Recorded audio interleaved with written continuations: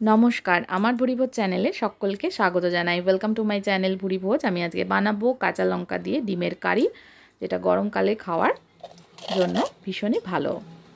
প্রথমে ডিমটা সেদ্ধ করে নেব। ডিম সেদ্ধর সময় আমি এর মধ্যে একটু নুন দিয়ে দেব আর একটু সামান্য তেল দিয়ে দেব। নুন দিয়ে দিলে কিন্তু ডিমটা ফাটবে না।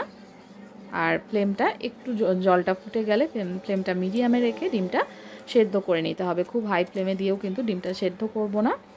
আর তেল দেওয়ার জন্য কিন্তু খুব সহজেই ডিমের খোসাটা ছাড়ানো হয়ে যাবে। তাই ডিমটা সেদ্ধ করার সময় অবশ্যই একটু নুন আর একটু তেল দিয়ে করবেন। দেখুন কত সহজে ডিমের খোসা কিন্তু ছাড়ানো হয়ে যাচ্ছে একদম নিটলি। এইভাবে আমি 4টে ডিমের খোসা ছাড়িয়ে নেব। আর ডিমটা রান্না করার জন্য আমি এখানে একটা বড় সাইজের আলু আর দুখানা বড় সাইজের পেঁয়াজ নিয়েছি। ডিমটা প্রথমে একটু ভেজে নেব। তার জন্য ডিমে একটু নুন আর সামান্য পরিমাণে একটু হলুদ দিয়ে ভালো করে মাখিয়ে নিয়ে ডিমটা ভেজে নিতে হবে।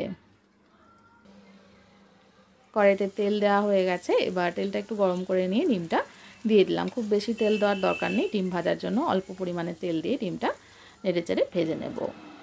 ডিমটা কিন্তু খুব কড়া করে ভাজিনি, হালকা করে ভেজে তুলে নিয়েছি। এবার কড়াইতে দিয়ে দিচ্ছি শুকনো লঙ্কা, তেজপাতা আর একটু জিরে। ফোড়নটা ভেজে নেব।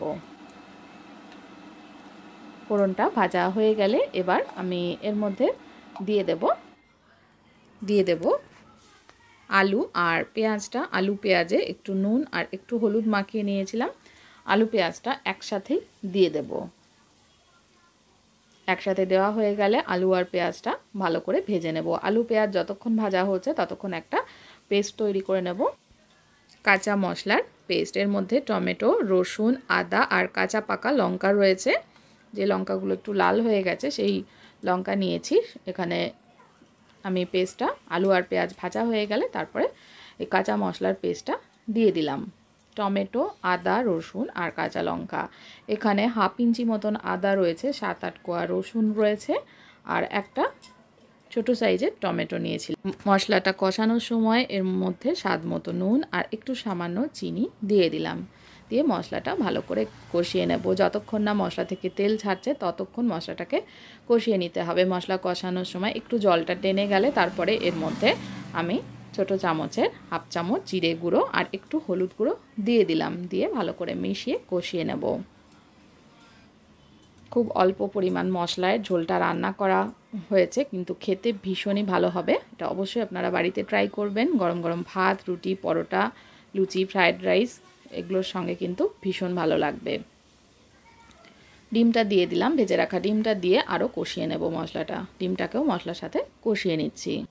মিডিয়াম টু লোয়ে রেখে মশলাটা কষিয়ে নিতে হবে। যখন জল একদম শুকিয়ে গেছে দেখতে হবে, তখন জলটা দিয়ে দেব। জল দিয়ে দিলাম এর মধ্যে। এবার এই জলে আলুটাকে সেদ্ধ করে নিতে হবে। আলুটা যেহেতু ভালো করে ভেজে নিয়েছি, মশলার সঙ্গে বেশ কিছুক্ষণ কষিয়ে নিয়েছি, তো আলু কিন্তু অনেকটাই গলে গেছে সেই সময়। আর যেটুকু জল দিয়েছি সেই জলে এটাকে 5-7 মিনিট মতন ভালো করে ফোটালে কিন্তু খুব ভালো করে আলু সেদ্ধ হয়ে যাবে। আলু অবশ্যই ভালো করে সেদ্ধ করে নিতে হবে। ভালো করে সেদ্ধ না করে নিলে কিন্তু খেতে ভালো লাগে না। আলুটা কিন্তু সেদ্ধ হয়ে গেছে। এবার এটাকে নাবিয়ে গরম গরম ভাত অথবা রুটির সঙ্গে পরিবেশন করে দিতে হবে। রেসিপিটা দেখার জন্য সকলকে অনেক অনেক ধন্যবাদ। সকলে ভালো থাকবেন, সুস্থ থাকবেন।